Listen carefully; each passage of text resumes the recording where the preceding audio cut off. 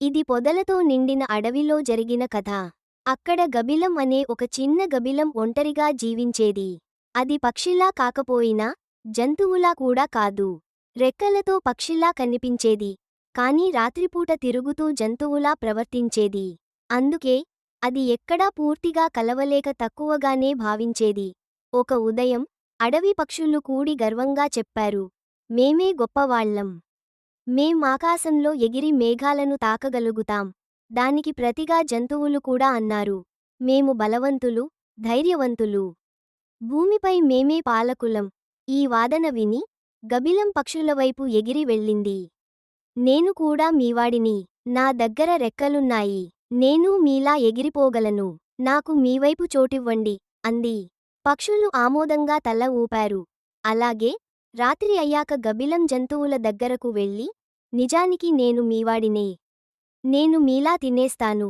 నేను ఆ పక్షుల్లా అరవను. నేను మీకే చెందాను, అని చెప్పింది. జంతువులు కూడా అంగీకరించి దాన్ని తమవాడిగా చేసుకున్నారు. అప్పటి నుండి గబిలం ఎవరికి లాభం ఉంటుందో వారివైపు చేరి మితిమీరిన తెలివిగా ప్రవర్తించేది. పక్షుల దగ్గర రెక్కలు చాటుతూ తిరిగేది. జంతువుల దగ్గర భూమిపై నడుస్తూ నోటితో గుగ్గుమంటూ తిరుగుతూ, ఇద్దరినీ మోసం చేస్తూ తనను తెలివైనదిగా భావించేది.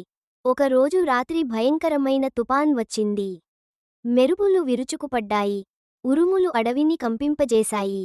పక్షులు వెంటనే ఎగిరిపోతూ చెట్లపై ఆశ్రయం పొందాయి.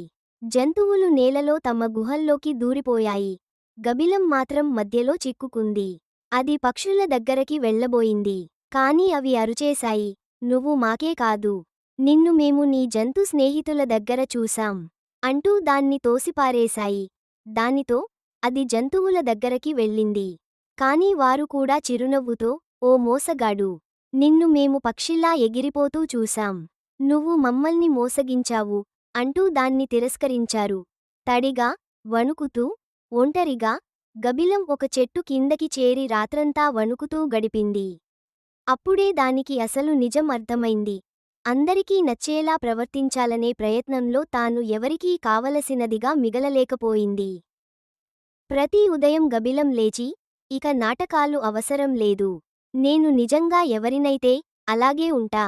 నిజాయితీగా జీవిస్తాను, అని చెప్పుకుంది. ఆ రోజు నుండి గబిలం పక్షులు, జంతువులు రెండింటినీ మోసం చేయడం మానేసింది. నిజంగా ఎవరో తెలిసిన తర్వాత, అందరూ దాన్ని గౌరవించడం మొదలుపెట్టారు. నీతి, అందరికీ నచ్చేలా వేషాలు వేసుకుంటూ తిరిగితే చివరకు ఎవ్వరూ నిన్ను నమ్మరు.